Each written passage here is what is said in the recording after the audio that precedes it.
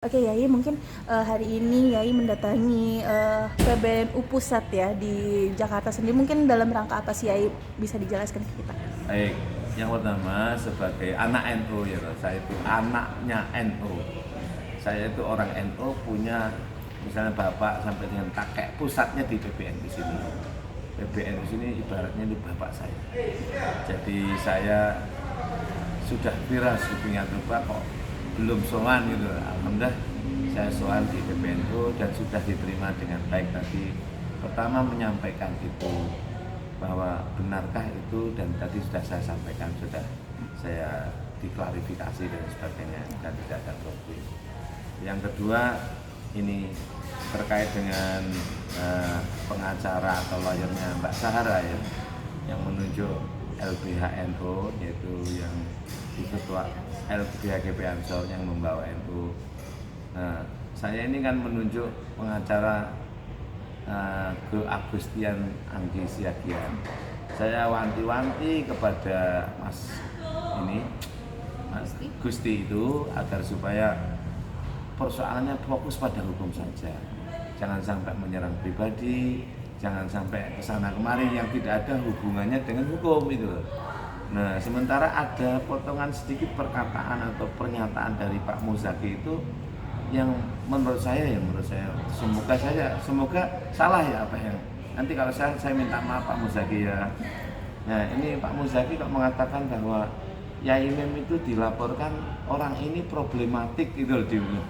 Problematik itu kan apa? Saya mohon maaf, mungkin saya salah. Nah, ini mengganggu saya. Jadi pernyataan ini mengganggu saya. Nah, oleh karena saya tidak bisa menegur ya, saya bukan apa-apa.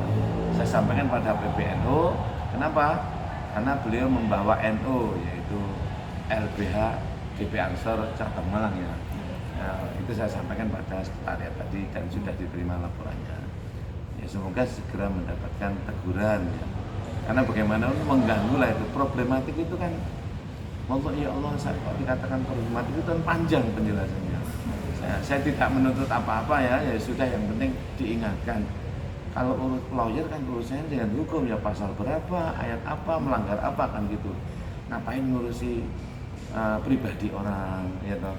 Lalu bahkan ada yang nggak tahu siapa yang datang ke mantan istri saya yang pertama, mengorek-ngorek ini mantan suami daripada suami istri saya sekarang ini, Mbak Mas Yudis, datang ke pesantren saya, datang ke ketua RT. Jadi ini apa sih sebenarnya Mbak ya, yang profesional lah, apalagi membawa NU, itu aja. Mungkin respon dari para pengurus NU sendiri, apalagi kan ini kan kasus bisa dibilang kan sudah nasional dan sudah viral juga nih Yai. Mungkin seperti apa sih Yai? Sangat baik sekali. Beliau merespon sangat baik sekali dan segera akan ditindaklanjuti laporan saya itu. Jadi laporan saya dan soal saya ke sini sangat disambut dengan baik. Langsung mulai dari depan sampai ini tadi luar biasa. NU luar biasa. Ini rumah saya itu. Jadi saya kalau ke Jakarta ya ini rumah saya. Kalau misalnya kalau di Alia Cekini di hotel atau di Istana Al-Habsyi ke sini. Tiga. Jadi saya Habib Alikwita di Istana Al-Habsyi, lalu kalau di hotel Alia Cekini dan atau di sini di kantor PBNU ini rumah saya. Berarti Yai juga ikut dalam kontribusi di pengurusan PBNU sendiri atau seperti apa Yai?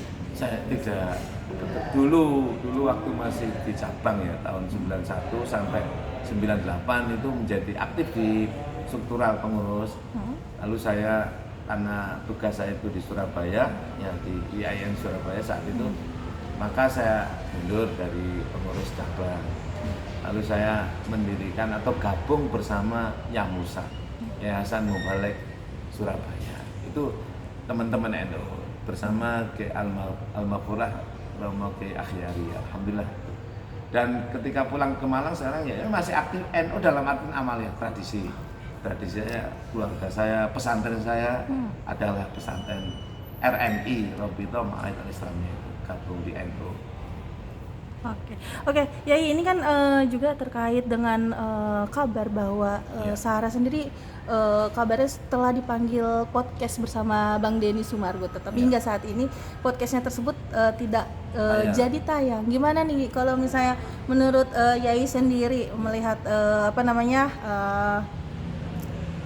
podcast Ya. tersebut tidak jadi tayang? Ini seperti apa, Yai?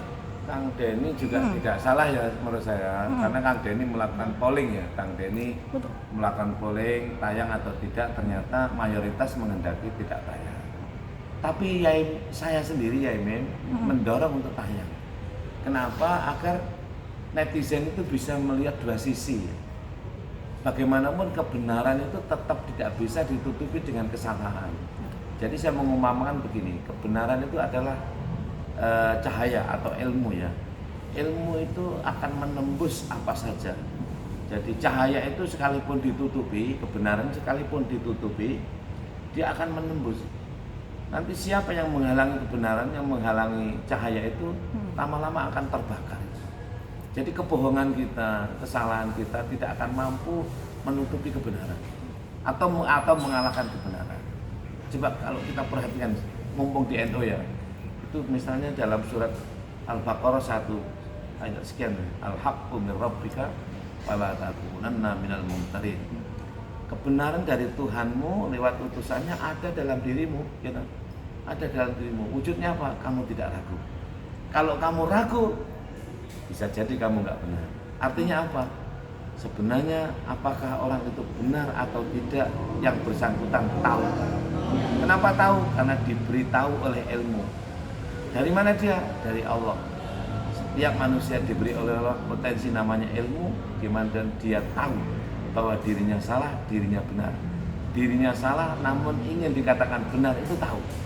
Bal huwa ayatun bayyinatun fi suduril ladzina utul ilma wa ma yajhadu bi ayatina illa zalimun. Nanti bisa dilihat dalam surat Al-Ankabut surat ke-29 ayatnya 49. Kebenaran itu berupa ilmu ada di dalam dadamu. Ya loh, fenomenanya nyata jelas. Kamu tahu itu bahwa kamu benar, kamu salah. Mbak Sahara tentu merasa benar karena sudah melaporkan saya.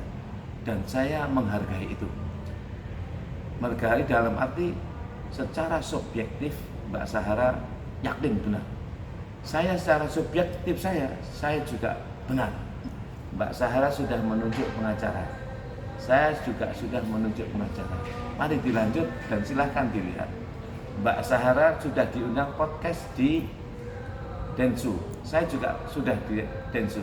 Nanti dilihat dia itu bohong atau tidak akan kelihatan. Orang berbicara itu benar atau tidak akan kelihatan. Biar netizen semakin cerdas.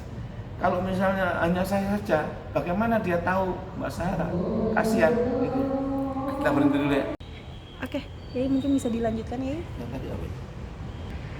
Oke. Jadi menurut saya Mbak Sahara ini yang podcast dengan Bang Densu ditayangin aja supaya netizen bisa melihat dari dua sisi gitu. Karena apa? Semakin banyak perspektif ya itu semakin bagus.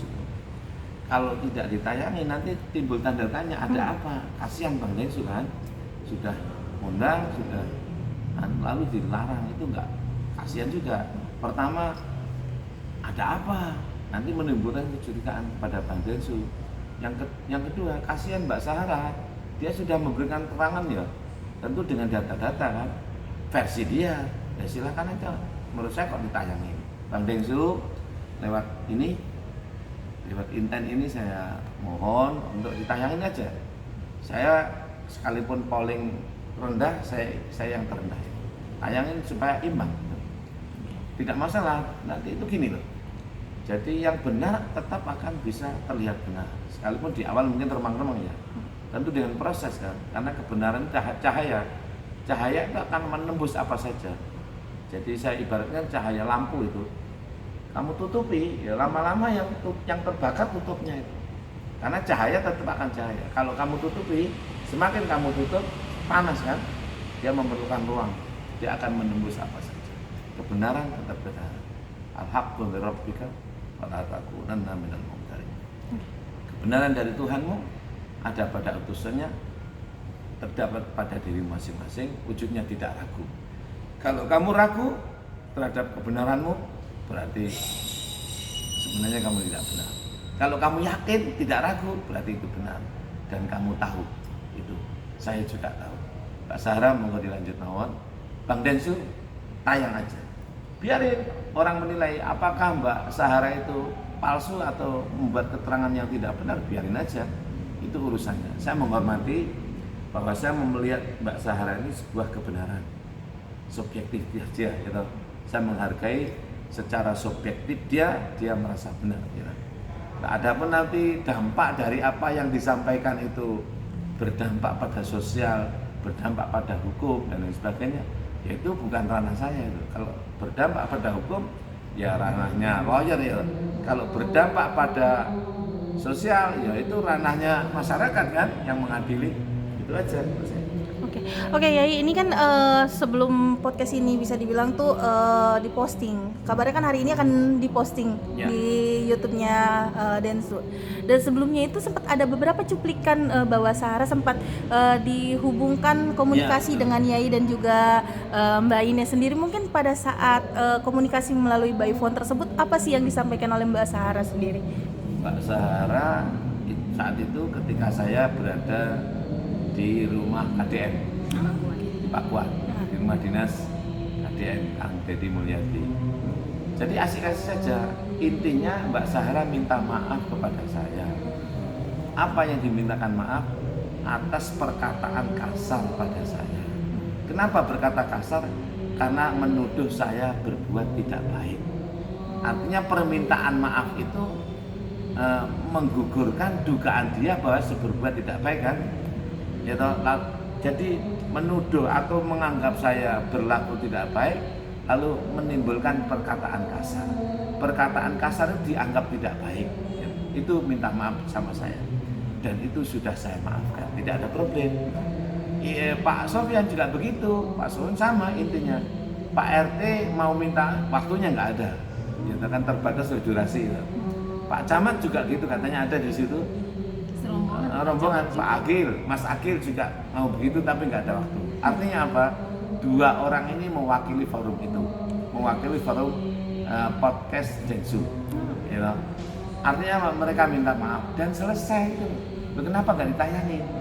Kalau sudah minta, kalau endingnya minta maaf, yang diceritakan kan ya fakta, ya nanti biar dinilai oleh dia kan menyajikan fakta dalam podcast itu, tentu kita nggak tahu, makanya tayangin aja supaya fakta yang disampaikan oleh Mbak Sahara yang kemudian berakhir dengan permintaan maaf pada saya oleh Mbak Sahara dan sahabat saya The King of Kong, ya saya memanggilnya The King of Kong, orangnya luar biasa, kaya raya dia, sugih, mobilnya banyak dan ganteng ya, pokoknya idaman wanita lah.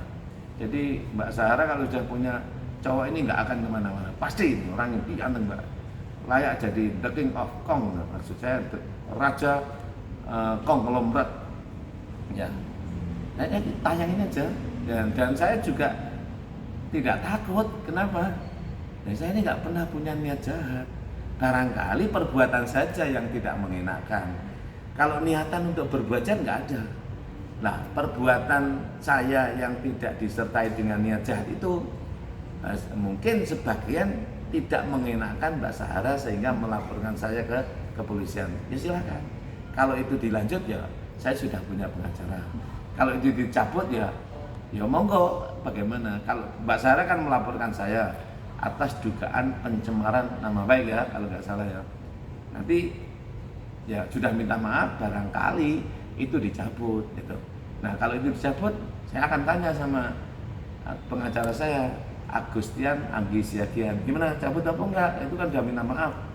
Ya, saya nanti musyawarah ngomong. Kita nurut saja itu. Jadi saya ini ya ini karena merasa tidak pernah berbuat salah dalam kasus ini, justru saya ingin memfasilitasi dan menolong, maka saya yakin ini akan selesai dengan baik. Apa yang dikatakan menolong itu? Awalnya begini Mbak, sudah saya ceritakan kan, saya ini menghendaki keadaan sekarang. Apa itu? sudah tidak ada parkir di jalanan, selesai.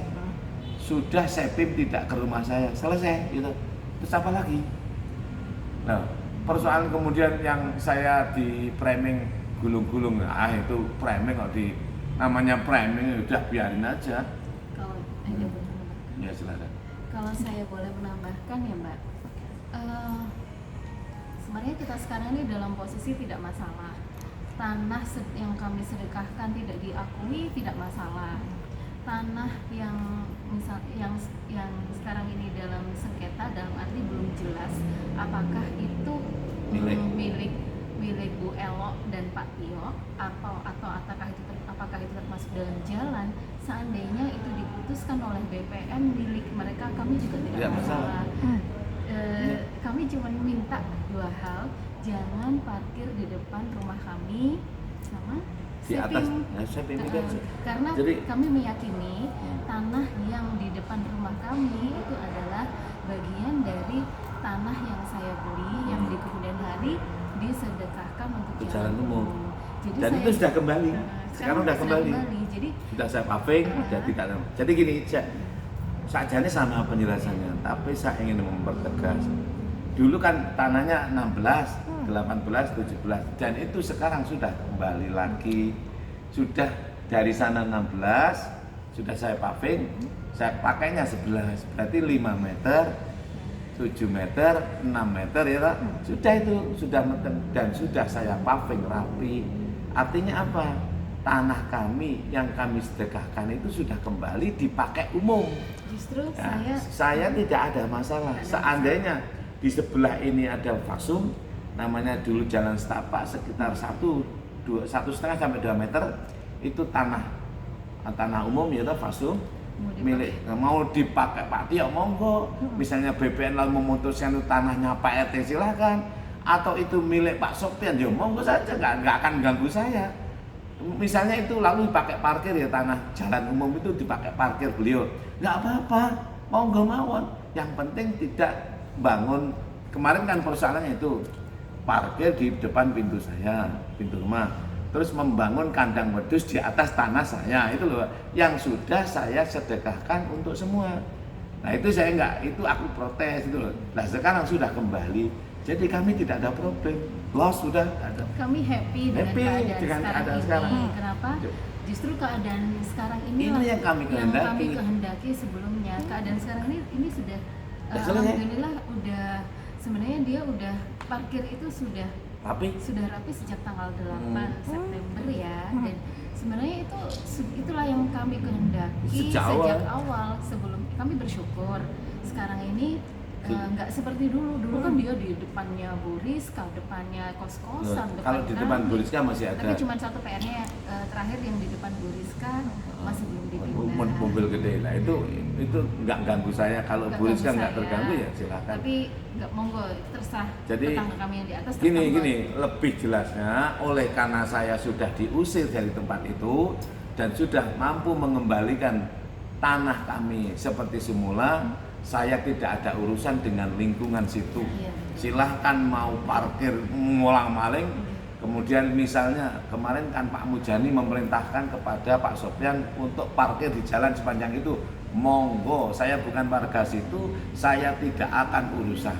Dan saya selama ini kan bayar Mbak saya, sebelum bayar dikatakan Pak Lurah kan mengatakan saya bukan warga situ. Lah kalau bukan warga ngapain saya suruh bayar? Saya bayar sejak November, Mbak. Sejak November itu bayar. Pertama bangun bayar 2,5 juta.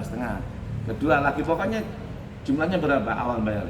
2,5 juta, 500.000. Kemudian dimintai iuran untuk memperbaiki jalan yang untuk memperbaiki jalan yang rusak itu sekitar 3,5 juta. Padahal Mbak kami ini jarang keluar, mobil kami cuma 2 ya. Yang jalan rusak itu dirusak oleh renkarnya Pak Sopyan. Karena mobilnya kan banyak toh Mbak.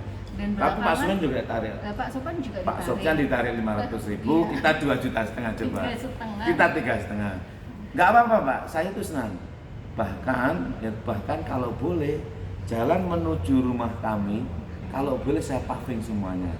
Tapi orang-orang memang lucu bahwa kami sedekah itu dilarang, lucu kan? Oleh karena itu saya nggak sedekah. saya hanya menyedekahkan jalan plus paving. Kalau sampai jalan ini saya sediakan dilarang, semua nggak boleh lewat yang di atas, nggak bisa lewat. Kenapa?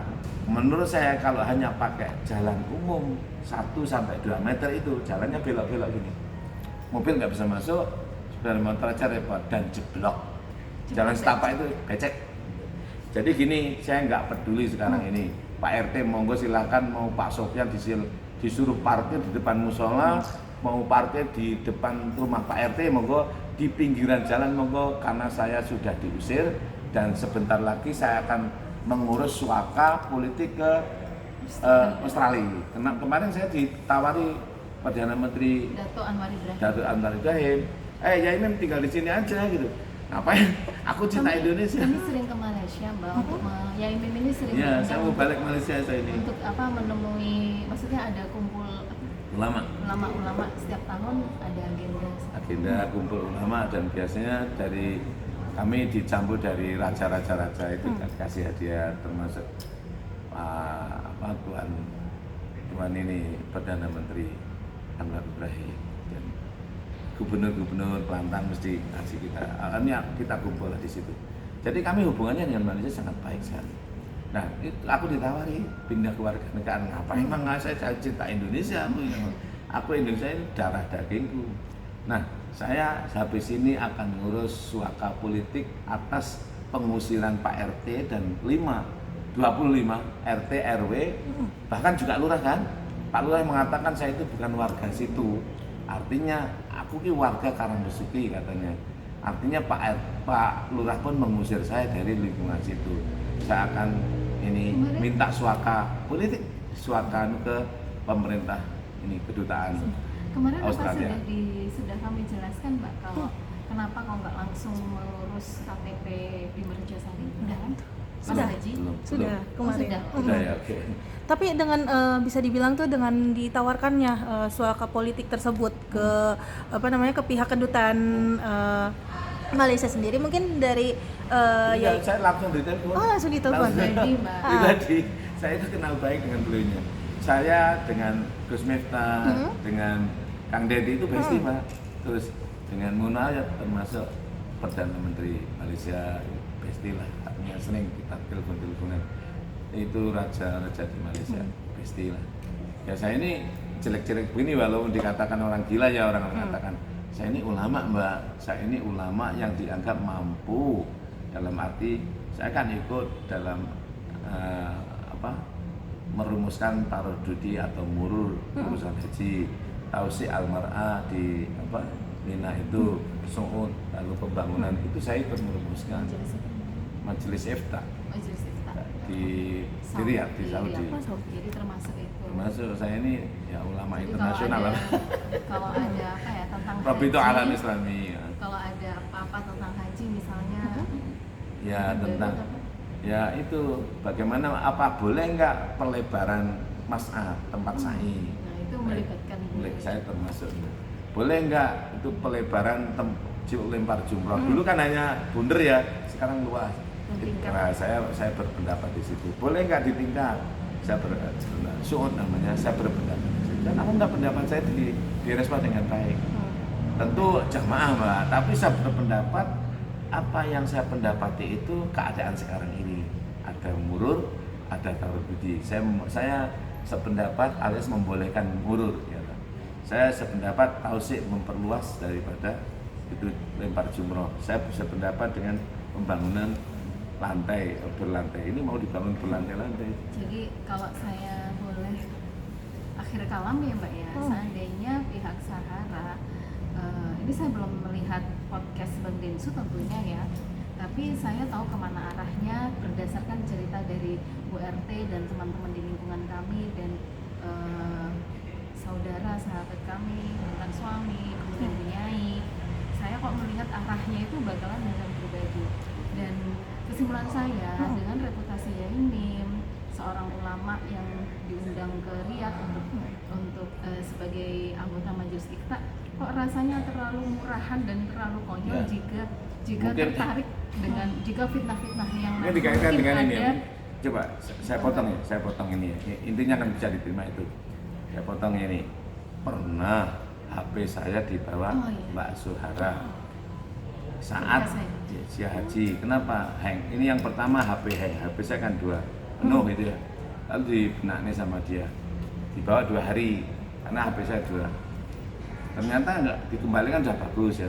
Kemarin udah bagus, HP yang satunya diperbaiki lagi 2 hari lagi. Terus HP yang pernah diperbaiki yang pertama tadi rusak lagi, dibawa dia. Tak minta, Mbak, dengan pesan saya, tolong ya Mbak ya, di dalam HP ini ada video pribadi saya, tolong diamankan. Dia bilang begini, maksudnya video itu kita yang bilang gitu.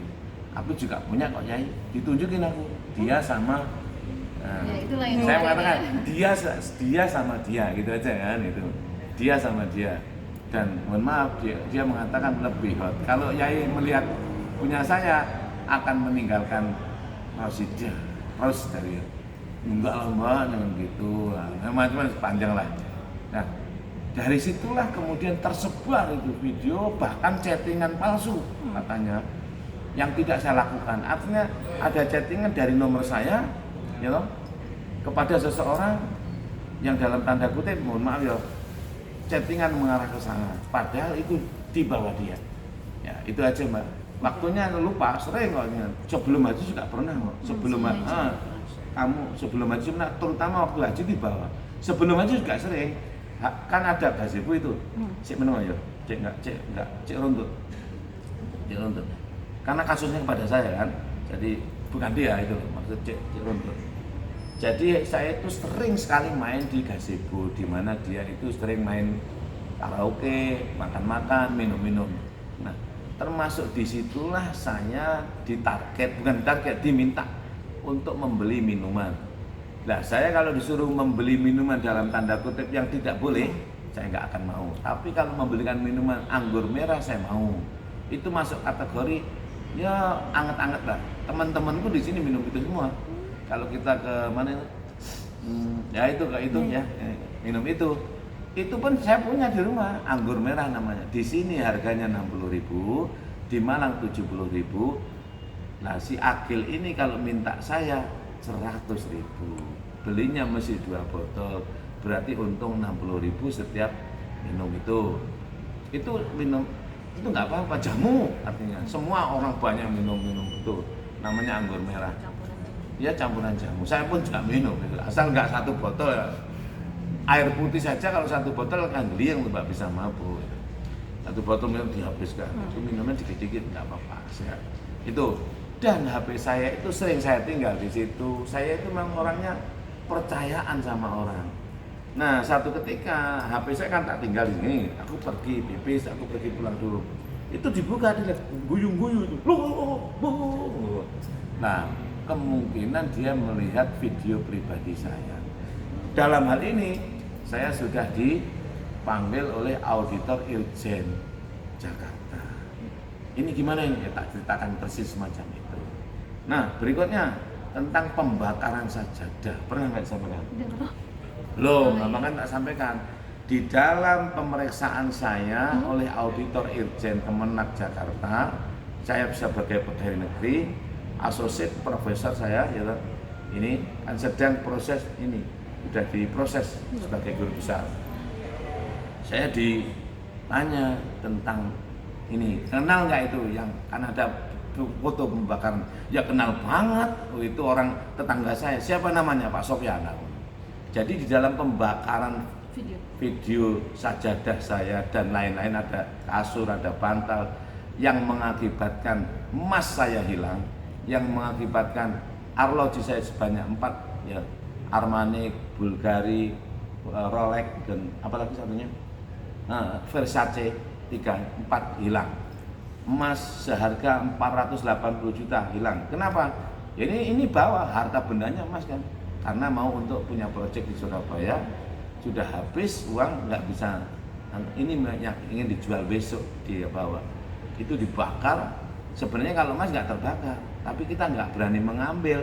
Tapi saat itu tidak ada yang ngurus, Pak RT tak lapor, tidak ada respon, sehingga tidak ada polisi yang membuat polis lain. Setelah itu hujan deras, saya tidak tahu hilang atau tidak. Wallahu alam. Yang jelas siapa yang membakar, saya tidak tahu yang membakar. Tapi pada saat pembakaran terjadi ada Pak Sofyan di video itu pakai kaos warna merah. Saya hanya fokus pada beliau, ada yang lain-lain banyak. Saya nggak menuduh Pak Sofyan, tapi kamu kenal nggak? Ente kenal banget itu Pak Sofyan. The King of Kong saya mbaknya. The King of Kong, Master Muhammad Sofyan. Berarti itu bisa dibilang kejadian setelah adanya tindak persekusi waktu penyerangan. Iya, maksudnya itu. Pokoknya bertubi-tubi lah. Termasuk itu apa saja Mbak? Tanah yang ditawarkan kepada saya, yang saya buat sholat itu, yang ada sajadah itu pohon-pohonnya dibakar juga. Pohon, nggak tahu kalau ini pohon mores, pohon apokat kan di bawahnya kan apa kering, dibakar juga. Di situ juga ditemukan namanya bangkai Mbak, bangkai busuk yang berhari-hari saya cari ketemu di situ. Jadi mohon maaf ya, pokoknya barang yang akan diisukan mau saya beli itu dirusak, artinya ini hasut, ini tindakan hasut oleh Bapak Sofyan aja lah, karena Pak Sofyan itu mengatakan begini, kok semua tanah ingin kamu beli, kok membuat kami iri saja, gitu kan gitu loh. Kalau dilanjut, kok kamu istrimu cantik, jadi aku iri kan gitu, jadi kamu Sarah juga cantik Mbak Sarah. Saya sering bilang Mbak Sahara ini cantik, alhamdulillah, tentu Pak Sofyan cinta. Pak Sofyan juga tak motivasi, Pak, istri sampean itu cantik. Saya sering bilang begini, alhamdulillah saya itu bercita-cita punya istri yang ini gede gitu kan, terus asetnya gede, asetnya besar, alhamdulillah keturutan. Nah, sampean kan juga gede, berarti punya aset untuk Pak Sofyan. Jadi ini bukan ini ranah orang dewasa loh ya, ranah orang dewasa guyonan. Bukan berarti aku canda cinta sama dia, wallah. Demi Allah, wallahi mati saiki sedikit pun gak ada rasa cinta sama Sahara. Karena apa? Aku dituduh mencabuli dia. Dia menuduh saya mencabuli Bu Retno. Dia menuduh saya mencabuli Bu Mujani. Dia menuduh saya mencabuli mahasiswa. Bahkan dikatakan di depan mahasiswa, kok masih mau-maunya kamu diajari mem, dosen pencabul yang mencabuli saya, ada videonya itu. Dia ngomong di depan mahasiswa. Dampak daripada itu, para wali mahasiswa, nilpuni mahasiswa, jangan mau diajar oleh Yai Mem. Aku datang, tidak ada seorang pun yang datang. Ini panjang. Jadi sudah seluruh Indonesia, para wali kan diposting sama dia itu, dipost kan semua melihat. Jadi wali mahasiswa itu melarang, terutama wali yang perempuan ya, orang tua perempuan itu melarang mahasiswanya untuk kuliah bersama Yai Mem. Ini kerugian materi kan. Di samping itu saya juga dipecat di seluruh masjid sebagai khotib, forum pengajian dipecat. Saya dipecat menjadi apa? Saya menghentikan, saya berhenti sementara. Jadi untuk kasus Win ya, bukan Win yang memecat saya, tapi saya yang mengundurkan diri untuk sementara menanggapi kasus ini. Kenapa? Kampus UIN itu kampus suci bagi saya. Jangan sampai terbawa-bawa oleh kasus saya. Ini karena saya dosen UIN. Oleh karena itu saya mundur sementara. Dan alhamdulillah pimpinan kami sangat bijak. Profesor Agus Maimun sebagai atasan saya, Direktur Pasca, memberikan ruang gerak yang seluas-luasnya untuk saya untuk lebih fokus pada masalah ini. Jadi tidak di mata kuliah saya dipegang penuh oleh asisten saya, dipegang penuh oleh tim teaching saya. Dan saya sudah dimintai keterangan oleh pihak Pasca melalui Profesor Sukaman ya. Dan clear semuanya. Jadi saya bebas, saya kapanpun bisa menjelaskan tentang kasus saya dengan Mbak Zuhara. Saya bisa menjelaskan kepada kepolisian tentang kasus Mbak Zuhara tanpa terikat oleh ngajak. Tapi sing jenenge konsultasi akademik, bimbingan skripsi, tesis dan disertasi dan lain-lain masih bisa saya lakukan, baik melalui telepon maupun kadang-kadang kalau pas misalnya saya sudah mengatakan para mahasiswa, saya akad sudah di rumah, monggo yang mau datang, maka saya akad nanti pasti diserbu mahasiswa. Untuk itu artinya apa? Saya itu statusnya masih ASN, masih dosen UIN Maulana Malik Ibrahim Malang. belum dipecat dan tidak akan dipecat, Pak. Saya ini aset kok, nggak mungkin lah. Justru saya dilindungi oleh UIN. Caranya melindungi ini jangan ada jam ngajar. Nanti kalau saya berurusan dengan hukum masih ada terikat jam ngajar kan terbangkai mahasiswa, jelek kan jadinya. Nah, saya terima kasih kepada Bapak Direktur Pasar, Bapak Profesor Dr. Haji Agus Maimun MPD melalui Profesor Sutaman yang sudah memberikan ruang gerak saya untuk fokus pada persoalan ini. Demikian pula Bapak Dr. Muhammad Walid yang telah mengawal berkas guru besar saya mohon ini untuk diproses sebagaimana mestinya. Kenapa? Saya belum terbukti apa-apa melakukan tindakan apa, jadi tidak boleh mengambil tindakan karena ini. Jadi kasus viralnya video ini belum menghasilkan keputusan apapun, maka usulan guru besar hendaknya tidak boleh diambil kesimpulan ini, jalan. Terima kasih. Oke, ini kan bisa dibilang kan dengan kesabarannya Yai dan juga Mbak Ines ini banyak atensi dari kalangan masyarakat. Salah satunya ada salah satu influencer yang bisa dibilang tuh owner dari salah satu travel umroh yang ingin mengumrohkan Yai dan juga Mbak Ines. Gimana nih mungkin tanggapannya? Kalau saya pengen, saya sebenarnya ingin ya, siapa sih yang nggak rindu sama Baitullah. Apalagi sajadah yang dibakar itu, sajadah saya dibakar itu saya beli ketika saya haji, dan itu sangat limited, biasanya dipakai imam-imam masjid Madinah dan Masjidil Haram. Keinginan hati saya pengen ke sana untuk bisa beli lagi, tapi karena itu kan kenangan yang luar biasa, saya beli sajadah ketika haji ya. Siapa tahu sekarang umroh bisa beli lagi, tapi kan saya istri, saya manut apa kata suami. Kalau suami mengendaki mengambil apresiasi dari travel tersebut, monggo saya derek, kalau enggak gimana? Saya terima kasih kepada ini luar biasa loh, ada perusahaan travel umroh yang kemudian mempunyai atensi yang besar. Terima kasih, saya doakan semoga travelnya barokah dan semakin jaya. Tapi begini, saya ini hajinya udah 9 kali ya, saya itu haji. Bukan berarti saya masih ada porsi loh, masih punya porsi 1, masih ada 2. Terus kalau umrah sudah berapa kali? Ini juga baru haji. Kalau boleh ya, saya ini kan punya kebiasaan berbagi kepada fakir miskin. Seperti kemarin ya, ketika saya datang kepada Kang Dedi bestie dengan saya. Langsung saya, mana kopiannya dilepas itu apa? Diisain uang sama Kang Dedi 3 juta. Ya ini tak bagi-bagi. Besoknya tak bagi-bagi kepada di pasar Bandung ya. Stasiun itu ngobrol-ngobrol itu. Nah, dikasih lagi itu. Loh, nggak cukup ini dari sini. Loh, kalau itu untuk istri lah. Kalau untuk istri nggak boleh diganggu ya. Kalau untuk istri nggak boleh diganggu. Maka orang kalau mau memberi saya itu saya nggak mau kalau uang. Tapi kalau barang biar saya terima. Kalau uang kasih pada istri, saya nggak bisa nolak. Berapapun tak terima. 2.000 saya terima. Kenapa? Saya tidak pernah melihat barang, tapi yang saya perhatikan adalah pemberian. Barang hanyalah sekedar tanda cinta. Bisa uang, bisa apalah. Bisa uang, bisa apa. Saya nggak pernah melihat rupiahnya, saya nggak pernah melihat barangnya, tapi yang saya lihat adalah pemberiannya, ketulusannya. Pemberian itu luar biasa.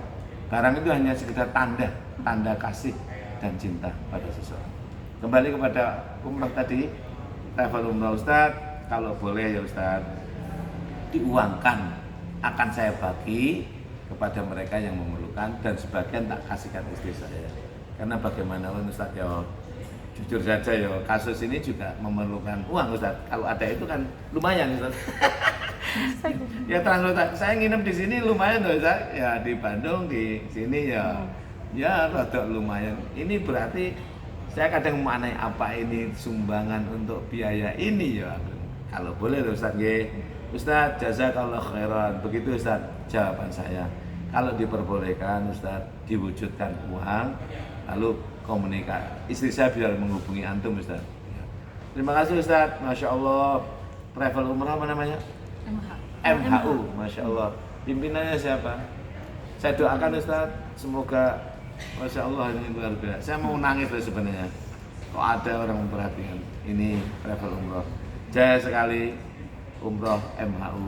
Insya Allah kok modelnya sudah biasa itu. Mirip dengan saya gitu. Sekilas saya menonton modelnya ini mirip. Dia itu umroh ada hadiahnya. Terus mengumrohkan siapa gitu. Termasuk saya dan istri dapat jatah. Seandainya boleh tak alihkan ke orang gitu. Tapi duit saja Ustaz, kalau diadakan umroh kan nanti hanya untuk satu orang. Ya, terima kasih Ustaz. Gitu. Oke, ya ini kan banyak juga yang cukup tersentuh ya dengan viralnya Pak Yai dan juga Mbak Ines kemarin. Bahkan sampai menyoroti Mbak Ines yang begitu sabar ketika video tersebut viral tidak ikut membalas. Gimana nih Mbak Ines mungkin menanggapinya? Apa ya? Kalau saya sebenarnya nggak sabar, nggak kuat, belum sesabar itu. Saya sebenarnya menyabarkan diri aja dan menguatkan diri gitu ya. Ini kita saling support di antara kita. Ya jujur. Dengan viralnya video itu jujur ya, sebagai manusia biasa saya sakit ya. Tapi kan gini, prinsip saya itu sakit apa enggak? Sakit. Kalau nggak bilang sakit ya nggak jujur kan. Wong buktinya anak saya juga geger, cucu saya juga geger, santri saya juga nggak terima. Ya Imam gimana? Ya, saya nggak apa-apa saya. Kalau saya bilang sakit nanti, nyerang Mbak. Saya nggak terima. Saya bilang kita, aku nggak terima itu. Saya ini yang saya nggak boleh. Saya nggak apa-apa kok, enak-enak aja kok. Ya sebenarnya saya ya sakit. Tapi kan saya nggak boleh sakit beneran kan. Sakit tapi saya lawan. Kenapa saya mau sakit tak gitu kan? Mau kok sakit? Udah nggak usah sakit. Ya udah. Tak buat canda-canda dengan Kang Deddy, tak buat canda-canda dengan istri itu. Tak buat canda-canda siapapun tak ada canda untuk melupakan. Dok, kamu tadi bawa ini nih, botol itu. Di mana? Botol.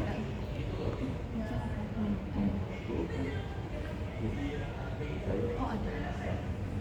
Kalau saya Mbak sakit hati enggak, kalau ditanyain dia awalnya sakit hati. Tapi terus saya ingat salah satu pengajian yang di YouTube-nya Yamin, jangan memelihara sakit hati, karena kalau memelihara sakit hati lama-lama kamu bisa mati dengan sakit hati itu. Jadi kalau sekarang ya sudah nggak sakit hati lagi. Awalnya dulu sempat sakit hati. Ya mungkin itu yang membantu saya. Ya tak buat gini Mbak, kalau tak buat. Master Muhammad sebenarnya King Akong itu sebenarnya untuk mengalihkan. Sebenarnya saya marah Mbak. Ya sebenarnya saya marah dengan Ibu Zuhara, tapi saya untuk supaya nggak marah tak alihkan kepada lelucon gitu Mbak. Kan begitu ada teorinya Mbak itu. Jadi bagaimana kita mengurangi terhadap emosional yang merusak diri kita itu dengan cara melawan. Kan kita punya potensi lawak, punya potensi dablek gitu. Nah, termasuk dalam video-video yang saya ditendang itu, begitu kalau nggak saya begitu bisa membunuh saya loh Pak Ramin itu. Dia emosional ya, wajahnya itu matanya merah dan saya menduga dia habis minum obat kuat kayaknya. Kan orang kalau laki-laki minum muram kan itu nggak kayak ini sudah waduh. Nah, saya segera mengambil tindakan untuk memecah konsentrasi dia yang mau mencelakai saya itu dengan cara membanting diri, lelucon, joget-joget.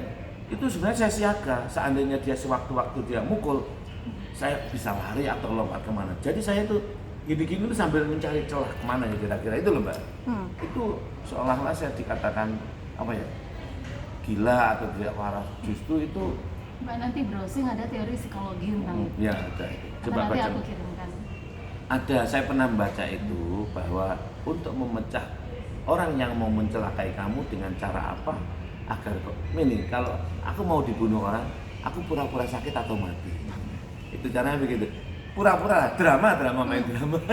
Cara Kang Deddy drama. Ya memang iya. Kenapa saya di kantor itu Pak Yono, tolong aku diobati, aku kena stroke. Itu kan karena Pak Yono itu mempraktekkan ilmu stroke gitu.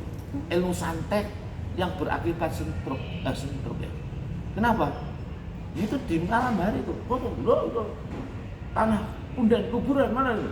Ini untuk amin, mati, gitu kan, lah itu gitu. Stroke kamu kan gitu kan. Waduh, kalau nggak aku pura-pura stroke nggak sembuh dia.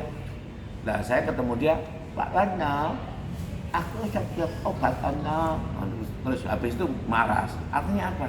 Supaya dia tidak melakukan praktek itu lagi. Kenapa? Ilmu stroke-mu orang mandi, ilmu stroke-mu tidak mustajab. Nggak ada ilmu gitu. Apakah bisa mandi ilmu santet itu? Bisa kalau mengenai orang. Gimana caranya?